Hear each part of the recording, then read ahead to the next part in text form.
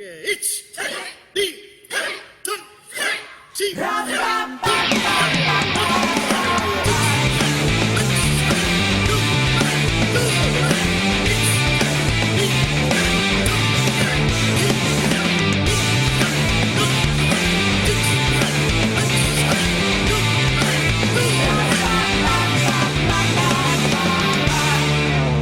that you, Russ?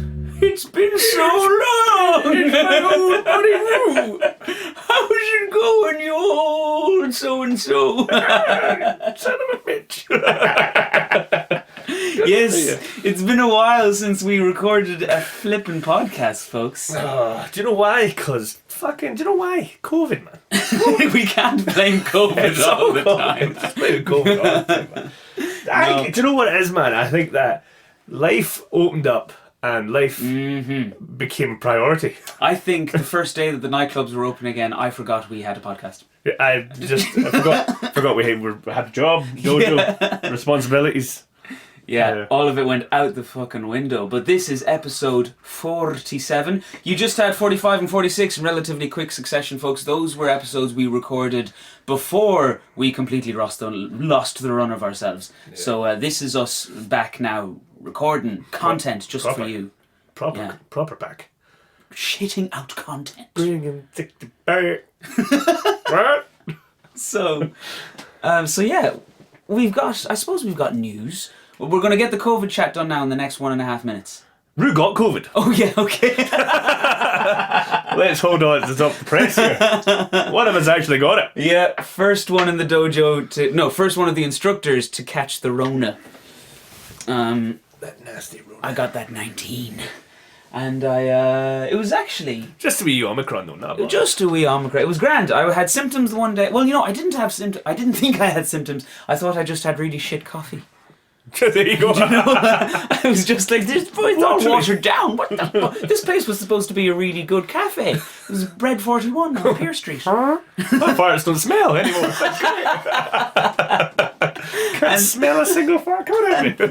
And then it was the shit coffee and a bit achy, but it was a Friday. It was a Friday, so I was like, yeah, we did just have a full week of hard training. My muscles are a bit achy. Or was it Corona? And then I just had a bit of a sore throat, because I hadn't been sleeping too well and maybe I was catching a wee cold. Or was it Corona? So did a test and yeah, it was Corona. But then I spent 7 days doing fuck all and had no more symptoms or anything. Just some. We were there. We done the whole week of Kangeko. We just done Kangeko. Mm-hmm. And I was there after the big Kangeko party on the Monday morning and I thought I'll do a test just to be safe. Mm-hmm. And I was like, it wouldn't be the worst thing now. If a second wee line came up here and I got a wee week off work. That would be quite nice. Let me tell you, man, it was pretty I sweet. Almost got my red tip pen out and just drew it on, send a blurry photo to the boss. Like moving my hat, gyrating my hand around going, look, I've got the vid. Jesus, week off work. Fucking, you can't, but I think the week of Kangeko was actually... it was a nice little holiday, not gonna lie. I couldn't leave the house. I was I say couldn't really leave the house. I didn't fucking leave the house. I got my groceries delivered from Deliveroo and I was cooking. You got groceries? Okay. I thought groceries was a fancy word for Zhang's Bang Bang Noodles. The Bang Bang Noodles! No, I got an Indian delivered the first night because I was feeling sorry for myself. I'll sweat this bastard. Yeah, oh man, I ate a vindaloo for 2 people. And then I got the groceries delivered. But anyway, this is boring COVID chat. Oh yeah, no. It was awful getting at the week of Kangeko. Because I do, we all complain about Kangeko. Oh, you get up so early and But we love Kangeko. I love Kangeko. We love Kangeko. 7 days of 7 a.m. training. Some crack. But I had to get up at the crack before dawn and turn on Zoom and do fucking Kangeko in my living room. But you did. Camera was off, Des. No. The camera was on, and people listening who took part in Kangeko will know I was there. And then, as soon as I'd done my warm up for everyone, then the camera went off. No, tell me honestly.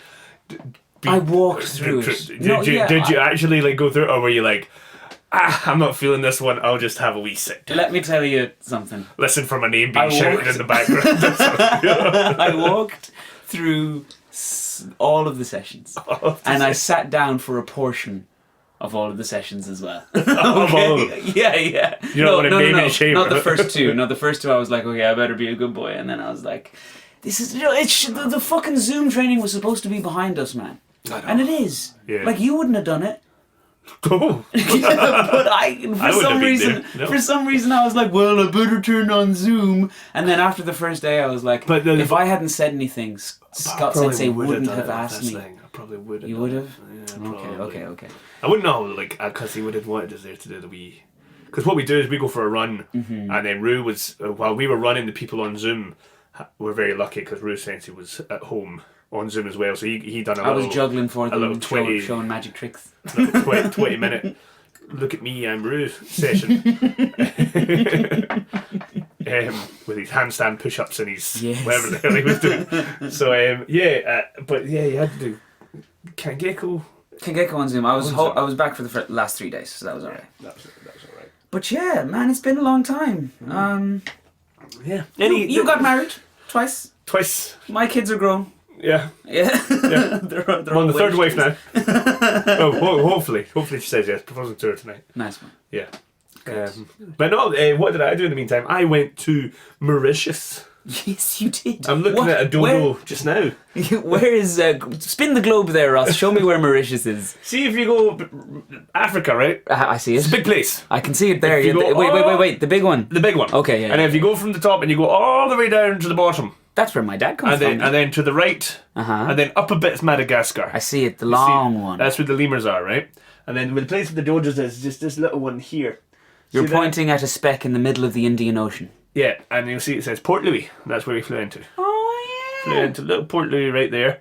And then we went down that way, took a left, up a bit, to Vince's dojo, and we trained with Vince in Mauritius for a week. That's incredible. With us, like, it wasn't very good. It was raining all the time, freezing cold, beaches, like, broken glass and cigarette butts on the beaches and stuff. It wasn't a crack, like, Training was average as well. Who was teaching? Some guy. Some HDKI guy. Some HDKI guy. It was alright. No, tell us how it really was. Come on. It was amazing. Oh my god, it's a tropical paradise. We were there. The beaches were lovely. The water was lovely. The weather was roasting, man. We were training 32 degrees. That's when we were training. I woke up in the morning, and training was at 8. Kicked off at 8. The dojo was about a 5-10 minute walk from the hotel. So I was waking up at 7, and I step outside my wee room, 7, wee sliding, the wee glass sliding doors. Step out, and then the pool was there, and I step out, and it's 7 in the morning, and it was already 20 degrees. Oh my god! Absolute class. That sounds gorgeous. Absolutely class. And I'd say in that heat, you were super flexible. Oh man, you didn't have to warm up. Superhuman. Yeah. I would go and I would hit the bag for 2 minutes and I'd be sweating. You know me, sweat like a, I don't know. You broke a sweat when you looked at the bag. Like a nun in a whorehouse. That's what I sweat like. And you were just pinging, man. No effort at all. No aches, no pains. Muscles weren't sore. No stiffness after training. It was just lovely. That's great. We mustn't have evolved properly. Obviously, our skin has evolved for northern climes, but our muscles and joints must still be in Africa mode. Or we don't take advantage of the cold and plunge. Well, you do. You plunge into the ocean. I do. Once a day. I plunged this morning. There you go. I don't take the plunge. I stay out the ocean over here in the North Sea. Yeah, the extremes of hot and cold. You're supposed to have both, I suppose. So yeah, I think we'd probably feel a little bit better if we'd done what you done and took the plunge. Maybe I should plunge more often. I'm only doing it about once a week nowadays. Yeah, why would you though? Is it not minging? No, it's fucking great, man.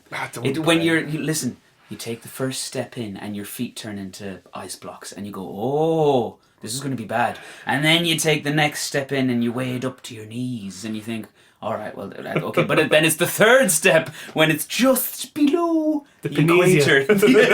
Just below the fucking equator of doom. Not unlike Mauritius there, on the Tropic of Capricorn. And then you're like, if I take one more step, I'll be further away from being a real boy than I ever have been. And then, I go with... See, for me, I feel like the first step, because, you know... shit be hanging down to here, you know what I'm saying? That's why you can't wear shorts, man. You have to be in a wetsuit. That's it. But see, I go with Claire, and I don't know if they suffer as badly with the deadly equator when it comes into getting into cold water. I'm sure it's very sensitive. She just fucking plunges in, then the third step, she does the third step, and then she just goes, she dives. And then if I don't dive in straight after, you know, I'll look... Like a wimp. Like a wimp, like a wuss. Like a little baby. So she goes in and then I have to go in. You come out with 3 Adam's apples.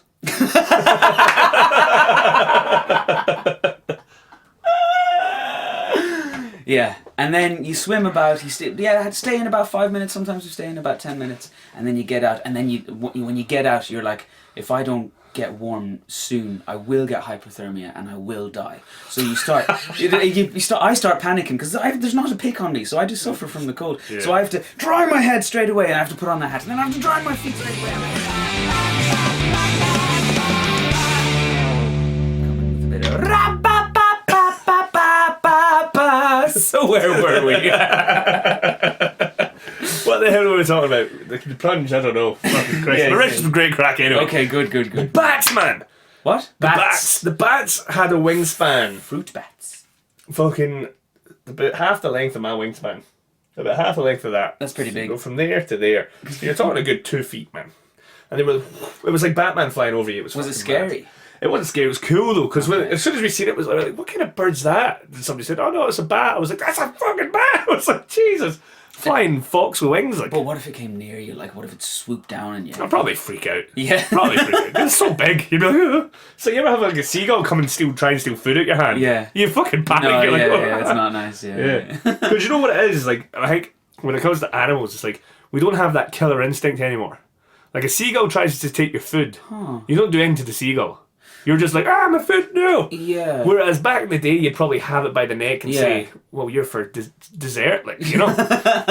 But is it because we're afraid that the seagull is dirty? I think that's what it is. I think people hate it when a pigeon accidentally touches them. They're like, ugh, because they're, rats with wings, apparently. I don't know. Some people like, I'm not really a germaphobe or anything like that, so I was kind of be picking up dead birds and fucking a little nibble just to see. Well, I grew up on a farm, so I'm not a germaphobe at all. Yeah. And I've slaughtered chickens and all, like with my own hands when I was only a little fella. But now, I live in the big city. And I wash my hands, and I'm a bit more hygienic, I shower every day. So if I happen to touch a pigeon, if it's just with my shoe, I'm just like, oh, whatever. But one time it like hit my shoulder and it was flying by. And its wing to say to your face. No, its wing brushed my jaw like that. And I was like, ew, ew, ew, ew, ew, ew, ew, ew, ew, ew. I didn't know what to do. Jesus. But yeah, definitely. I mean, if there was now that you mention it, next time a fucking seagull tries to take my meanies, I'm gonna grab him by the neck. Grab him by the neck. For dessert. Just to prove that I can. Yeah. So fucking karate. We're doing a lot of shade talking, man. It's clear that we haven't done one of these in a while. We're talking bollocks. That's what people tune in for, man. Yeah. They don't tune in to hear us talk about karate. Nah, sure. What do we know?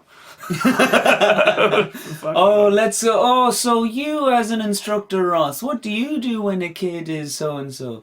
And when you do Gyakuzuki, are you thinking about inner thigh muscle tension or back leg drive? Both. I know that. Sure, I know that, and the people listening know that. All right, so. Let's just tell me. Some wee yellow belt listening just got his mind fucking blown there. What? Both? You can do both at once? Inner thigh muscle, what? You do the BLD and the ITS? No, ITMS. Inner thigh muscle tension, is that what we call it? No, squeeze, man. Inner thigh muscle squeeze, inner thigh muscle engagement. No, let's go with that. Engage the bottom one. ITME. ITME. Inner thigh muscle engagement.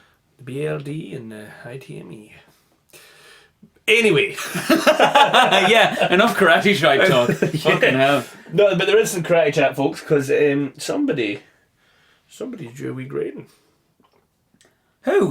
I don't know anything about that. Somebody's due Yeah. a wee road to the old Sandan. Okay, the road starts here. Yeah, I'm like, holy moly, setting off down the path. Down the path. Shout out to Ricky Houghton. Yeah, going for my Sandan this summer. This summer, yeah. And that's the first time I've said it now out loud to people outside the inner circle, and I just said it on the podcast. Oh no! You can't back out now. Yeah. What cat are you going to do, man? I'm between two minds, but I think no. So for a few months I was thinking Goju Shiho Show, because I love doing that one, and we did a competition, the online competition, and so I was practicing a lot of Goju Shiho. Also, Karen graded with Goju Shiho Show, so we were going over that again and again during training. So I thought I'll do Goju Shiho Show, but then I realized a few things. Goju Shiho Show is very, very hard. There's a lot to it. Kanku Show, not so much. I was going to say, is it Kanku Show? Yeah. Kanku Show is also one of the prescribed kata. So instead of having to practice 6 extra kata, I can just practice 5 extra kata. Wait, how many is it? Whatever. So yeah, Kanku Show. Kanku Show. Yeah. It's got a big jump in it. I can do the big jump. It's got one jump. Before you say anything. It's got the big jump. You mean it did. Come on. It's got a jump and a fall. I call it a spinning fall. A spinning fall. That's it. I used to think Kanku Show has 2 jumps. Well, you just speak to Sensei Langley. Just have a fucking word with yourself. There's only one jump in that kata. If you don't know, you don't know. You can't listen to this podcast if you don't know. And if you do know, let's not alienate people. The other one is a spinning fall. That's what it is. Yeah, it was only jump when it was competition time. So yeah, the road. That's it. Kanku Show. I haven't eaten. Kihon for Sandan's a bit of a ball breaker. We did it just yesterday in morning training, and it is a ball breaker. But actually doing it yesterday, so I remember probably about a year ago we went through it in the dojo, and I remember thinking, this is fucking impossible. But it didn't feel so bad yesterday. Can you imagine? This is fucking impossible. Aggie, you can't go Kutsudachi? No, what am I, a contortionist? Oh, glad. What do you want me to do? So yeah, but no, yesterday morning it wasn't so bad. Obviously it'll take a lot to bring it up to standard though. Fuck, grading's a big deal, man. It's a lot of work. It is when you've got all the katas and then the kihon. I feel like I'm embarking on like a PhD dissertation or something. Yeah. I'd say it's equivalent to the amount of work. Maybe a master's. I don't know. Maybe I don't have a degree. Standard grade sort of. What, a degree? No, as in standard grades. In Scotland, standard grade was like, your 3rd year at school, like test. Oh, the junior cert. little bit of studying. But you think it's no? What for your Sandan? Yeah, you're doing it all the time, man. Fucking never. Nah, but that's not the point. Never. I have to be as good as I can be on that day. Yeah, but you try and be as good as you can be every day, though, right? Yes, in order to prepare for that day, where I'm going to be as good as I can be. That's it, man. You got to just treat every day like it's your Sandan. Oh, shut up. That's it, man. Shut Everything up. you do. Shut up. Your Heian Showdown we done last night, man. You just got to fucking. So every time you're teaching a white belt class, do you do Heian Showdown like you're doing see your why, Kodan grading? I teach the fucking my white belts Heian Showdown. It's like I'm there, the world championship final. I'm against your man that won the Olympics. Fucking Heian Showdown. Fucking. And I'm like, fucking, it's the only thing I have to add in the change legs and the hands. Yeah. Pauses in between. You're there like lightning speed, and then you go, Johnny, change legs. Not you, Timmy. I was talking to Johnny. Okay, and you, Jimmy, you change legs. Nope, those are hands. Yeah. Yeah. And your leg as well. Okay, now change hands again. Now you have it. Good boy. Yeah, man. Have you seen those videos where Kagawa is there with his Teikyo students in this really brightly lit dojo? It's like a lovely brightly lit office room with mats down. He's got the young lad up and he's going through all the kata. Yeah. Oh, it's fucking, those guys are fast. But that's them. They're in this like Zenkutsu where the front thigh is literally parallel to the floor, and they're holding it, and then Kagawa goes like, knee, and the guy goes, it's like his life fucking depends on it. Because it does. I suppose with Kagawa standing there, maybe it does. Maybe it does. Depends. Yeah, but so you're going to do a Kanka show. Mm-hmm. You get ready. You're going to do it in Denmark. Yeah. Yeah, Denmark, summer 2022. Nice. I don't like talking about it. It's all good. And then Kumite is Kumite. It'll take care of itself. Yeah, but it's not only the karate thing. You've got a busy karate schedule coming up. You're first of all, you're going to go to Florida. You're going to Disney with the boss. That's not the important part of the trip. Yes. Oh, we can't talk about Disney, Ross. It's a karate podcast. So, I'm going over to participate in Sunday morning Keiko, winter Keiko with Rick Houghton Sensei and Scott Langley Sensei. That's going to be great crack, man. And then we're going to Disney. There you go. That'll be great crack, man. The guys over there are so lovely. Shout out to Hanif and Keith in particular. Andy as well. Very lovely. Rick Sensei, obviously. Oh, Sensei. Yeah. And all the people that travel to train and that. Last time, like when I was there, they were all just super nice, super fun. That was great, man. I've never been to America. Never been? I've never been outside Have you of got Europe. your ESTA? Yeah. You got Taken care of. Got a new passport because it was going to expire before the ESTA was up. Ooh, and then you'd be in trouble. Yeah. So I got a new passport, got my ESTA sorted, and I'm going... What day is it? It's the 11th today. I'm going in 12... Oh, I'm going in 12 days. 12 sleeps? Oh man, I've never been on a flight longer than like 3.5 hours. Oh, you've never had the TV? I've never had a TV on a plane. Oh, man. Never, ever. Watch all the movies, man. Okay. Just don't go to sleep. Just watch them all. I will. Power through. I've never been on a... You know what? I was hoping I'd go on a jumbo jet because I've never been on a 747. There's a song about that. But apparently Aer Lingus don't have jumbo jets anymore. This is a topic of conversation that I'm interested in, and judging by your face, nobody else is. I was like, I used to be mad into planes. I'd be like, oh, that's the Airbus A380 Series 800. Yeah, those are great. Big fucking nerd. Now, you know that was a joke, you see. If you knew planes, you'd know that was a joke. Really? Yeah. I'll tell it to Brian. Really. Okay. Airbus don't have Series 800. That's a Boeing thing. Anyway. Anywho. So going to America, going training in Florida, and then in April I'm doing a wee trip to Sweden. Wee teaching tour, is it? A little bit, yeah, a little bit. Whose dojo are you going to? I haven't a fucking clue. You going to Kenneth? So Kenneth is organising the whole thing. So I think he's getting me from Stockholm. Kenneth's a madman. Is he? You have to ask him. I won't see the stories. We're not allowed to say on the podcast. But I'm saying, ask him about his biker days. Okay. That's vague enough. That's vague enough. Just ask him about that. Ask him. Okay, cool. Now, Ross said you have to tell me the biker stories. And he'll go, oh, well, little man, I'll tell you a story. Yeah, so Kenneth Sensei is going to take care of me. So I think first port of call is his dojo. I'll be teaching a wee class there, I guess, and then I'll go wherever you want me to go. Whoever wants me, I'll go. Basically doing it for the crack. Me and Rue will go anywhere as long as it's away from Scots. Get us out of here. Just book the flights and give us a couch to sleep on, for fuck's sake. Just to get away from this feeling of you can't fucking do that. It wouldn't be an episode of Hombu Dojo podcast if we didn't slag the boss a little bit. He's been kind of on fire lately, though, hasn't he? I think he came back from Mauritius, like. Oh man, in Mauritius he was fucking... He went up a step in Mauritius, did he? Mauritius. Yeah. No, he was pinging, man. He taught the kata roshu. Yes. Which everyone wants, all about the wave hands. We're on the beach doing a bit of the wave Is it the wave hands? Yes. Oh, it is. Sorry. Yes. I was going to contradict you. Sorry, you're right. Oh, sorry. What were you going to say? Nothing. Fucking cloud hands, water hands. No, I was going to say fire hands. Which one is fire hands? Spot the fucking Nidan. Oh, there is no fire hands. Spot the Nidan. Yes, this Spot the Nidan. Yes, yeah. I should be fluent in Japanese like you. Yes. Or just listen to the boss when he says what the kata means. But yeah, and he was doing Roshu and he was fucking pinging. It was very good. Yeah, no, he was on form Mauritius. He's been on form recently. Very sharp. We did all that Roshu training and he never made a video. He made a video in Mauritius. I believe for the Patreons. I believe on the Patreon you can see him. I'm a patron. Vince's dojo teaching a bit of Roshu, which was very good. Cool.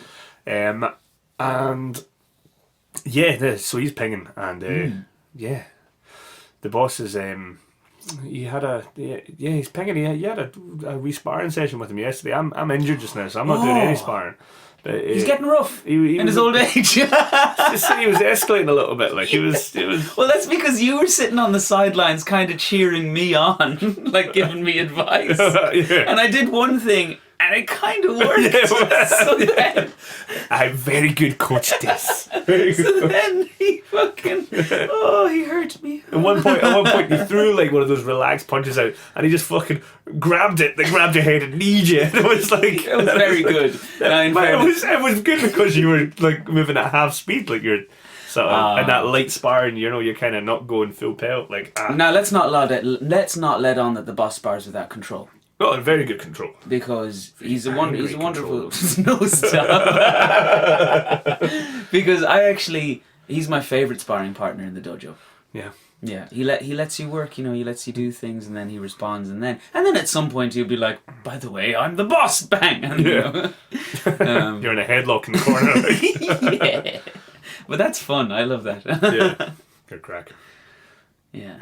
But yeah. Yeah, so now it just so happens he gave me that knee in the body yesterday. Yeah. And for some reason my arm was trapped between his knee and my body, so I caught the knee in the bicep, and it's still very small. It's the second time you've had a knee to the bicep. I know. Yeah. Well, what are you gonna do? It's better today. It's fine. Nah, yeah, good.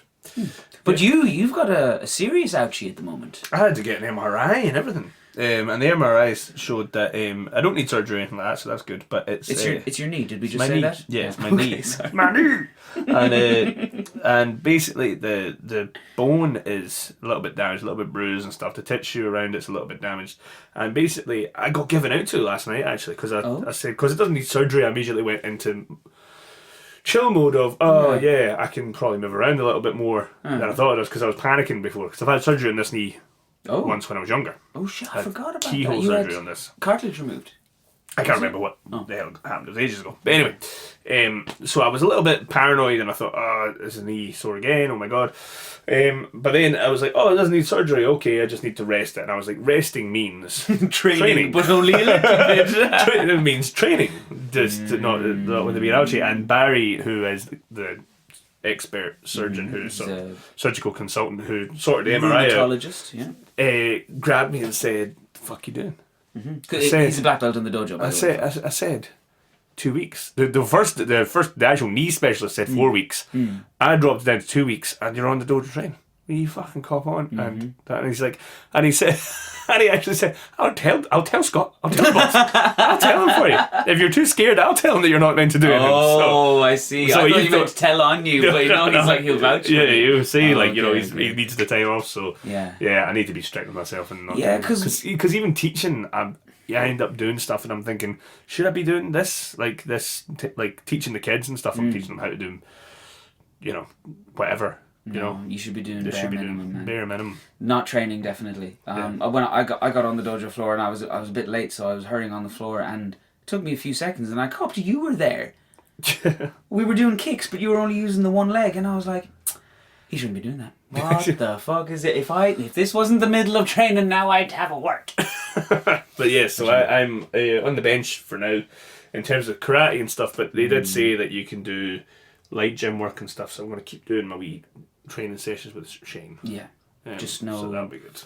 No karate. Karate's bad for the knees now. Bad for the knees, bad for everything. Bad for your health. We should all stop playing karate. Bad for your mental health as well. It's not. Oh, it's terrible. No, man. The stress, man. What are you? The stress. The stress. What stress? There is no stress. I'm out for a wee while, so I'm chilling. That's why my Kangeko class was not karate. It was very much boxing. Yeah, it was great.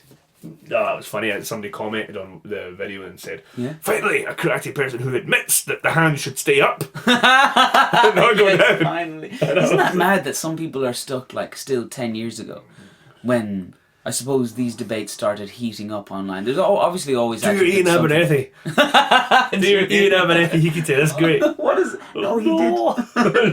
There's no point. There's no... Wait, I haven't done it in ages. That's good. That's good. Right, completely useless, pointless. Okay, now I've been through it all. I've been online talking to everybody. And nobody's listening, so I'm done, I'm out. There's no point flogging a dead horse. You know what you do with that dead horse? Punch him in testicles. That's it, yeah. That's the go-to. Punch in the testicles. Yeah, man. Oh, that's hilarious. But yeah, it's funny how people still would say, this, the age-old question: at what point can you put those practices to the side? What practices? Like the traditional. You mean for good? Not for good, but for the bulk of your training. But a lot of people do. Like Peter Constantine. He's just found the bit he wants to focus on, the most valuable part of all the martial arts he's studied, in his opinion. And that's all he does now. He's like, I'm calling this what does he call it? The British Combat Association? Yeah. Something like that. We've gotten that wrong. But anyway, he's got his Apologies if we got it wrong. But. Peter Constantine, look him up. Fabulous Northern English martial artist. Scary individual. Like, seriously powerful. Very powerful punch. Very powerful, man. But yeah, that's what he's done. He's taken what's useful to him. Yeah. And he's made his own system. So yeah, maybe that's it. Maybe that's it. Maybe that'll be you. I don't know. I just got to plug in the laptop. Sorry, you talk away there to the people. I will. Because the thing that I've always sort of racked my head about is that, what point are we spending too much time on the fundamentals? The fundamentals are important. I'm not saying don't do the fundamentals, but it's like, okay, I'm doing this yakizuki in Zenkutsu Dachi with my heel down, full hikite, Hamni Shomen. How much better can I get at that before it's like, okay, it's actually now detrimental to your practice because you spend too much time on this and not enough time being in a natural position and pinging from having your hands in a different position, different angle, generating power from a more relaxed sort of hey, Yeah. stay away from me, Yeah. Well, since we're being philosophical, this is what I'll say. I don't think that's fundamental. I don't think karate basics are fundamental. I think the second thing you described, being in a ready stance, ready to pop in any direction, relaxed and loose, no hikite, no contrived position. I think that's fundamental, and I think karate is specialized. So it's like I heard one time, there's no such thing as an advanced technique, there's just a specialized technique. So I think karate is just a specialized form of martial arts training. But fundamental martial arts, well, we all know the best self-defense is don't be there, right, Mr. Miyagi? Os, deep bow. Thought it was a good kick in the plum. Kick in the plum, but then throat punch, eye gouge. But then 5-finger death strike. Yeah. And then dick twist. Twist the dick. but then, obviously you'd never drop into Zenkutsu Dachi and make tate shuto ready to hit somebody, so I'm saying, you got the word fundamental, you got the word specialized, and you got the word basics, and you got the word bollocks. Load of bollocks, which is what I'm talking now. Yeah, I mean, I get what you're saying, and to a degree, I agree. But then also, I think, okay, the specialised bit is the end product, right? The end product of being able to be in a relaxed stance, use the sort of principles. I'm saying that's the fundamentals. I'm saying that's fundamental, being able to just deck someone. And I'm saying the way we train is specialised. But why? But then, what's the point in doing the specialised training? It makes you strong and fast and hikite. I don't know. I don't know what I mean. So it's like. Well, karate training is very good for you, except for your knees. Your elbow joints and your hip joints. Yeah, if you do it right. Look at Steve. And the joints. But yeah, if you look at Steve Will. Good body mechanics. Good body mechanics. But then if you look at Frank Brennan, Yahara, nearly paralysed at one point in their karate I know, careers. but that's JKA karate, isn't Alex in Russia, his knees are humped. I know, but this is the karate that JKA sent out in the 50s and 60s. What are we doing? We're doing a version of it, sure. Yeah. But sort of. I know. Okay, wait. Give me a chance here. We're playing the old philosophy table tennis now, folks. Because you don't hear about Okinawans with dodgy knees. Because they don't do the massive stances and the massive kicks. Do you? I would say something that I probably shouldn't say about Okinawan karate. No, but what I'm saying is, the way it was probably originally practiced, it must have been useful. But then if back you look in at the day. Kung Fu, where they're fucking down in all sorts of shapes and stances and flips and But they do it. flippy flips. They do it flowy. They go from position to position without locking in, without stopping. You know. They hold that one. That No, they don't. That's for that's Shaolin TV shite. No, I've listened. I've looked at loads of like actual acolytes and monks who trained at Shaolin, and they said that shit was only for when the camera crews were around. There you go. Yeah. I think that the stuff for when the camera crews around is what we practice a lot of. Like, Yeah. Pretty karate. Pretty. Bad for the knees karate. So yeah, you got Okinawa. They don't do stuff that's necessarily bad for their body. Whatever you think of the karate itself. But then I disagree. What I just said. Huh? I don't think it's pretty karate. I think that it develops super athletic karate. What we do, the long stances and stuff. I think that if you look at the very best at Shotokan karate, you can probably do every martial art really well. Like, and that's why if they practice it, which they don't. Yeah. That's my point. That's my point. What's your point? Is that like for example, you take someone like who does Shotokan karate, really high level, and then you say, okay, defend yourself with that. You can't. Or if you say, okay, go defeat so and so in a match, you can't. Win a karate match, yeah. Defend yourself against the average street hooligan, Probably not. Maybe. Depends how good a fighter you are. Depends on what kind of dojo you've been training in. Yeah. If you're sparring all the time and stuff, then you get timing, you get distance, you get all that sort of stuff. But like, so this is my point. The point is that being in a Zenkutsu action doing Yakuzuki. Okay. Yes. I've done that since I was 7 years old. And I've done it, and I still do it today, all the goddamn time. 22 years now. Yeah. And I'm told by senseis that you need to no more form. Brick, no more form. Like Rick Houghton senseis told by Satomi sensei, you know, and I very much agree with that.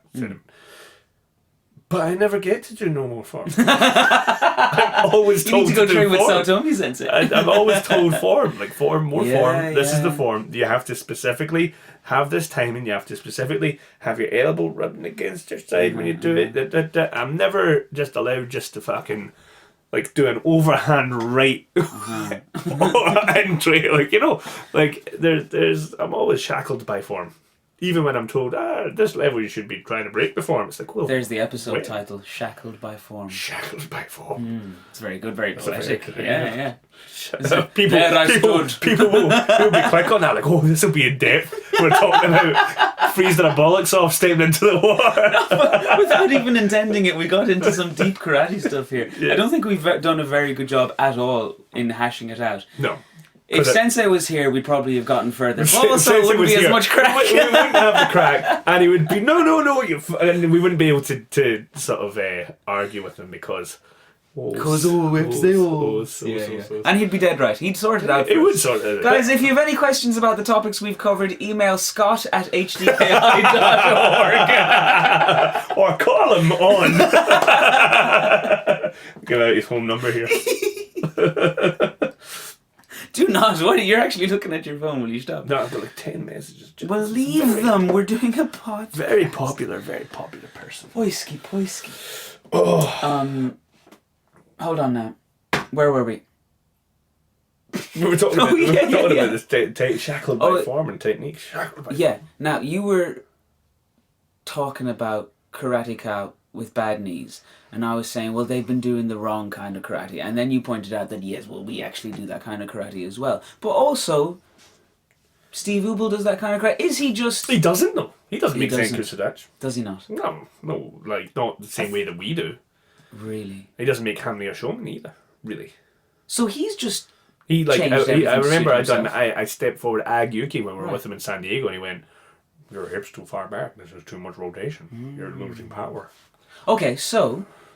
He's clearly, like Peter Constantine, has taken what's useful for him and made his own. I don't mean made his own style. What Steve Ubel Ryu would you call it that? Only if you needed to categorize it for some reason. But that's just Steve Ubel's karate, and it's not Shotokan karate, really, is it? Well, I think that he has dispelled any sort of extra layers that has been added on over the years. Mm-hmm. He has filed it down. He's filed it down to the point of this is what Nakayama Sensei said directly, and this is also biologically how the body works, fundamental body mechanics, and he's like 100% right when it comes to these body mechanics, and he was there with Nakayama Sensei. So, but you can't this is what I often wonder: how much did Nakayama really know? Did Nakayama blasphemy? Like, it was so long ago, man. Man, you seen that fucking best karate? Load of shit. Pointing at Nakayama's books. Well, come on, load of shit. Yeah, I agree. Like, yeah, I don't know. I think we too much. We hold senses at too high a. Too high a pedestal. We kiss Steve Ubel's ass a lot on this podcast. Absolutely. So, when's the last time somebody threw a fucking proper overhand right at Steve Ubel? that person is at the bottom of San Francisco Bay, man. He's out just snapping necks and shit. But like, it's funny because Mark was over. Yeah. Mark is like the dojo jester. That's the best way to describe him. He was a brown belt of this dojo. I think he's the first Q at this dojo. Moved to London. Long time ago now. And for the last 2 years has been training in a really serious high level Thai boxing gym. He's Thai boxing coach. Still, like, recently just had a fight, like competes at the highest level in the UK, has been world champion and stuff before. So he's trained very high level Thai boxing. We were having a debate over,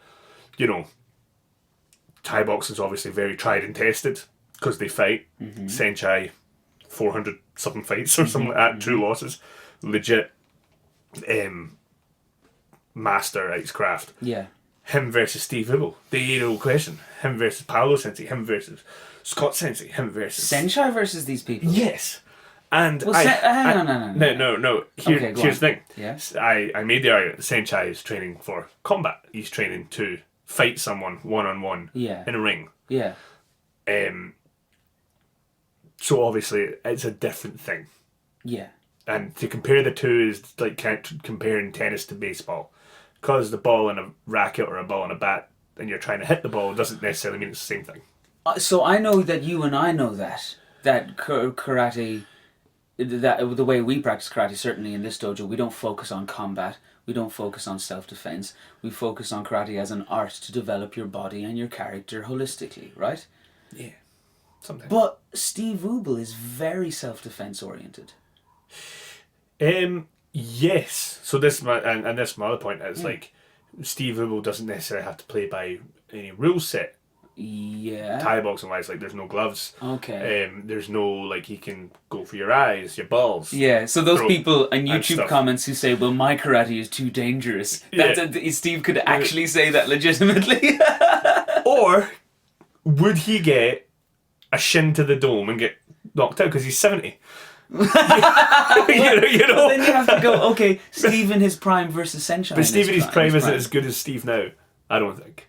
Isn't? Yeah. Well, he is 70, yeah. So that's no, but fair I'm saying that Steve in his prime isn't technically... isn't as good. I'd say that, because I think Steve's technical knowledge is over all that time. Yeah. Because I've never, obviously, well, no, like me and you don't know. I think he's 75. You need to talk to someone who knew Steve when he was a young lad, like... But I would imagine that Steve in the Hoitsagan gets knocked the fuck out by Senchai. I think Inoida and Kanazawa get knocked the fuck out by Senchai. Yeah. So if you take it, man, you can't say that. On I can fucking say that. I say it every day. I say it all day, every day. Senchai takes them all out. Like, But in the fight, you were annoyed at. Or does like Anoida fucking throat punch fucking Senchai and kill him? Like, I don't know. Yeah, because he'd have the confidence. Anoida would step up thinking, I'm going to kill this I'm going to kill this guy because he's samurai or whatever. Yeah. Like Yahara Senchai, there's one. Yahara Senchai, like again, if you listen to some of the guys, and they'd be about the same size. Because if you say, like, I don't know, it's very tricky. It's very tricky. What's tricky? I don't know. it's all tricky. It's very tricky. Who knows? These are all hypotheticals. Of course. You don't know. But my point is that there is a massive sort of aspect of physical training, if you want to take it down to the grassroots of, like, you know, building up your body and stuff, that we're not practicing. Well, what are you think so? Like, for example, the ability to grapple is a very useful skill to know.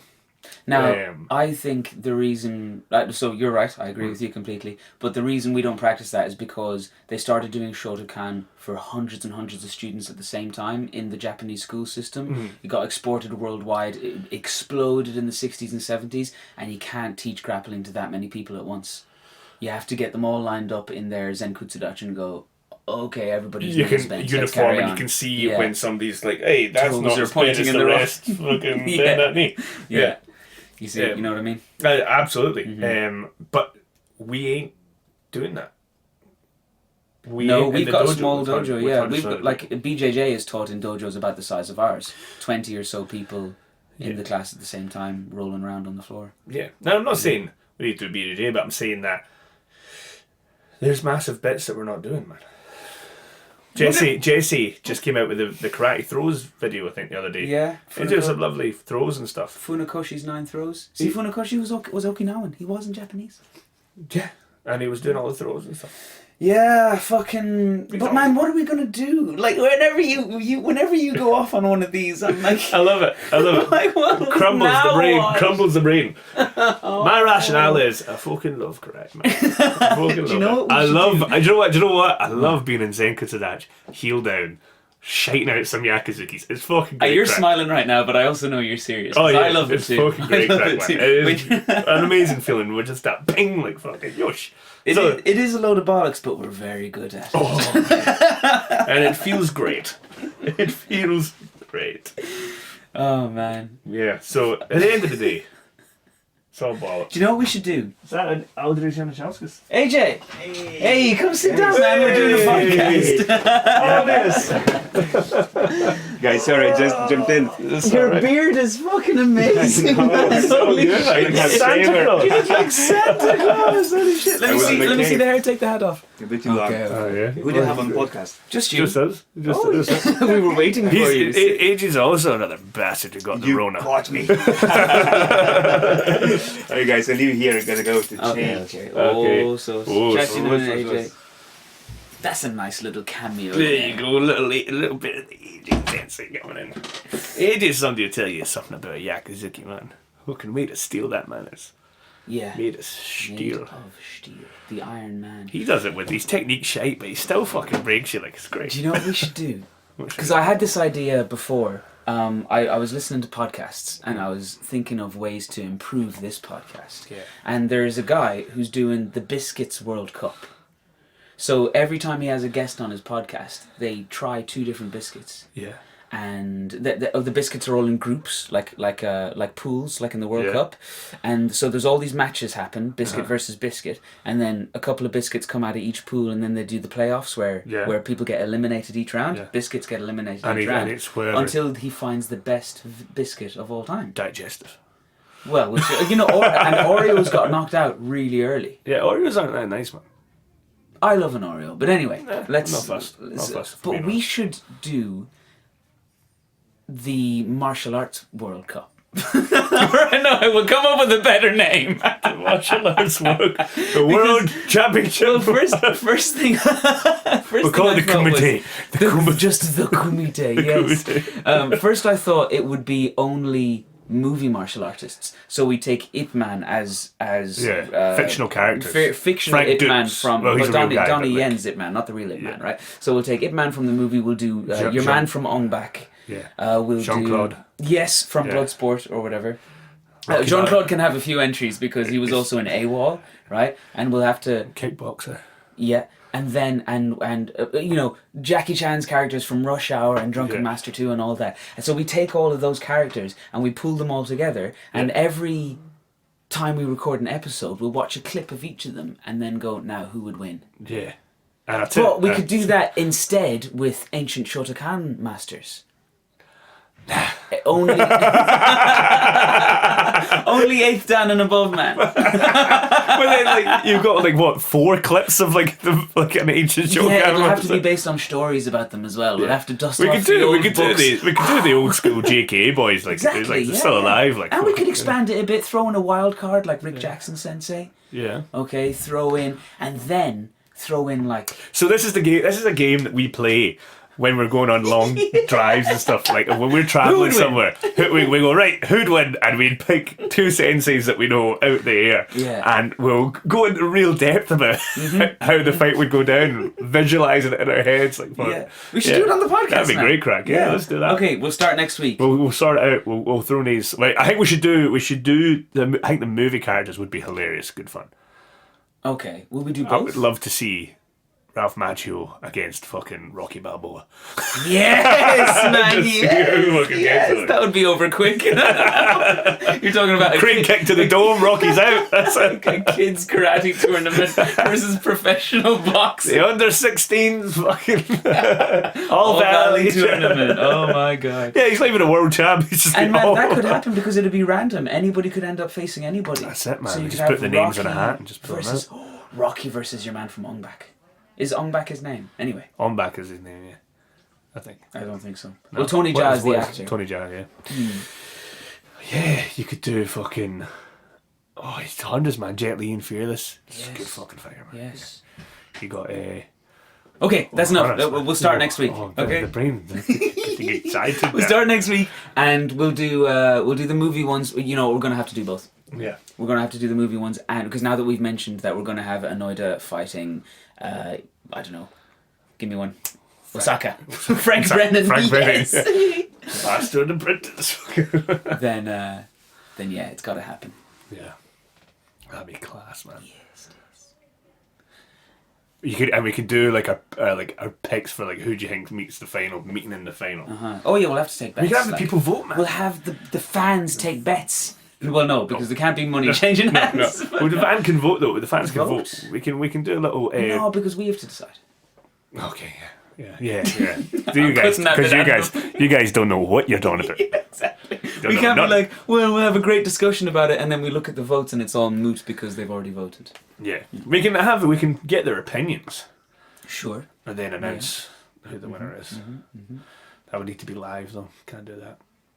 No, it's okay. We can use the Facebook page. Yeah. We'll put up a little poll. Yeah. The week before. So this is the matchup for next week. Tell us what you think. That'd be great, crack. Oh, I'm excited for that. Okay, we'll never do it. We're doing it. We're fucking doing it, man. Oh, sound. Okay. I think it's time for a quick fail of the week. I don't know what to do. I suppose I got the Rona one ready to go, man. Okay, go for it.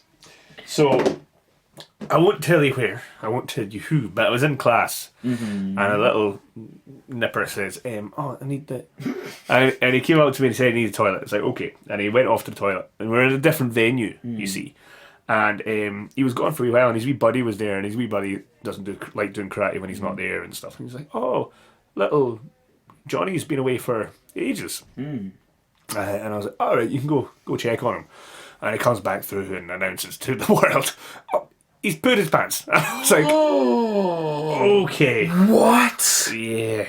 Were you not here for this? I just remembered you texted us about, you put it in the group chat. Yeah. Holy crap. And I guess. Yes. and I went and I had to go and check on him, obviously, and shite everywhere. I went and I was like, "Oh, you alright?" Like da. And mind, I'm in another venue, so and it's just me, so the kids are in the hall. Yeah.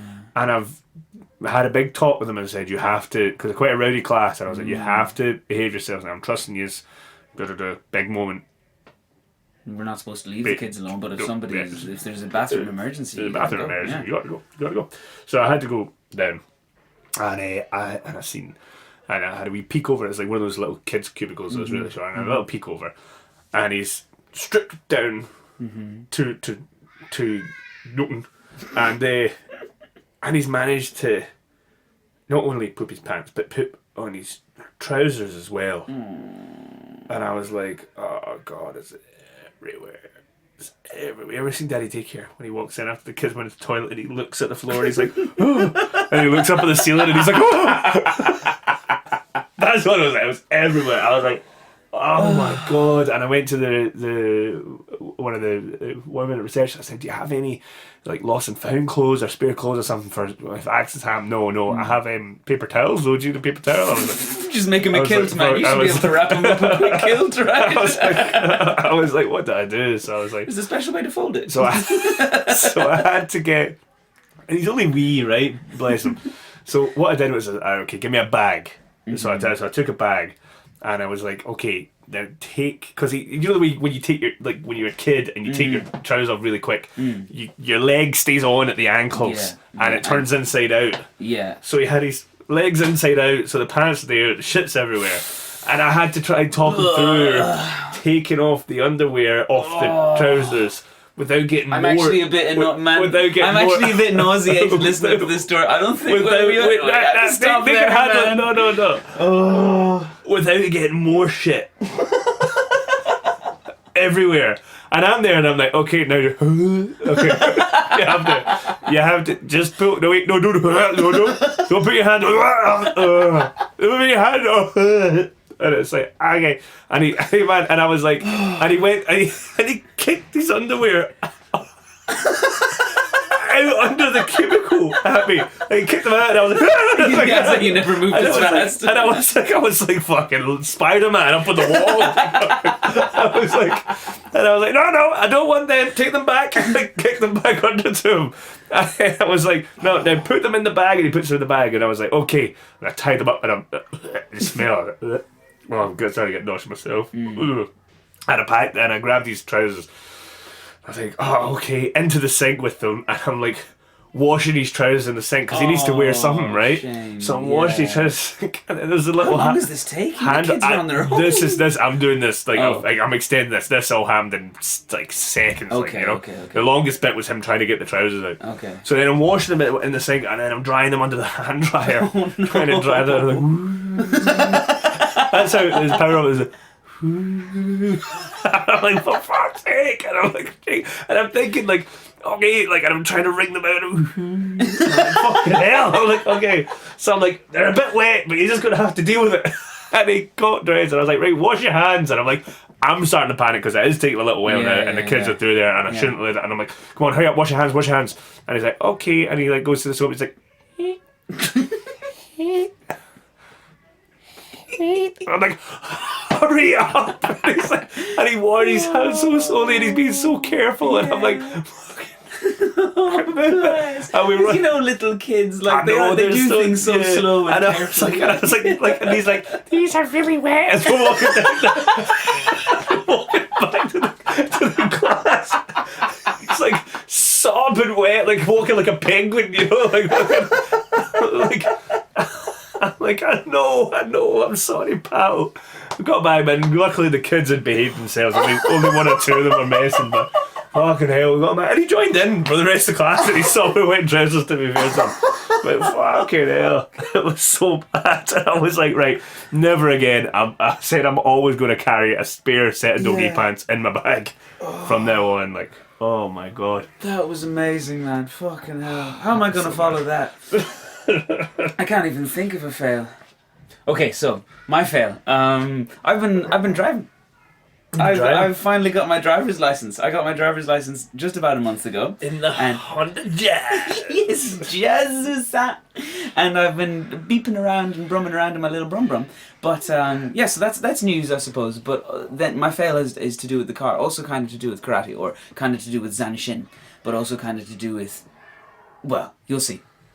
there I was, I'd gotten home, and I parked the car, and I took my phone off the little phone holder and turned off Google Maps, and then I saw I had a load of messages, so I sat there just replying to WhatsApps for a second. So sitting in the driver's seat, the car is off, the lights are off, everything's off, and I'm just like, send a few texts before I get out of the car and go inside. And I got the strangest feeling that I was being watched. And this is the middle of the night. What time are we talking? This is 11 p.m. Ooh, that's dodgy time. Spooky hour of night. And Busy road or quiet no, road? quiet, sort of residential. It was Rings End, so just by Irish Town there. So Jesus. dodgy. Oh, Yeah. Jesus. So I got this feeling. Jesus, that's a dodgy spot. This That's the Pitbull place, lad, if you remember. According to some, the Compton of Europe. So, got this strange feeling, and I looked up, and there was a man.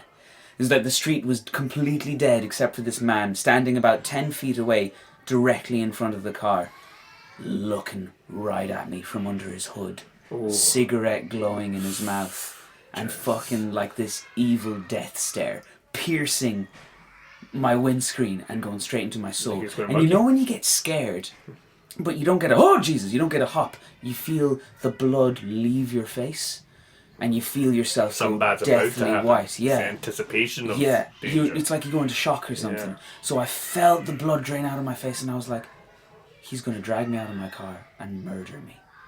I was like, this is it, I'm dead. This is a funny story to be telling with the sound of playing children in the background. I was like, I'm dead. And then, and there was no steeling myself for the fight to come. There was no, Once more into the bridge, dear friends, go here. you can't drop into a kumite Dutch when you're sitting in your driver's seat, you know? You can drive away. He was right in front of the car. I'd be murdering him. Better him than you. I didn't even think to lock. I thought I could lock the car door, right? So but then obvious. he'd be just seeing me like, click, all scared. With the opposite hand as well, so you're reaching across yourself, like, looking. Yeah. Not just casually with the elbow, like, No, I've done it with the left hand. Leaned over like click. so what happened to you? Just get out, give him a mic area. I got out and I said, hey, the fuck you looking at? I'll fucking doner you. I go all South African when I'm angry. No, I sat there for what seemed like a minute, which was probably only 5 seconds, and he threw a cigarette on the floor, whistled his dog, which was busy taking a shite, and walked off merrily into the night on his merry way, leaving the dog shit right there on the pavement. Ah, you didn't say anything. Didn't feel like you should say anything. Nothing happened. But my response was so badass, un-karateka. It was just, oh no, I'm dead. Oh man, that's brilliant. That is brilliant. Oh, There we go. love it. Okay. Fantastic. Folks, we're back. This is it.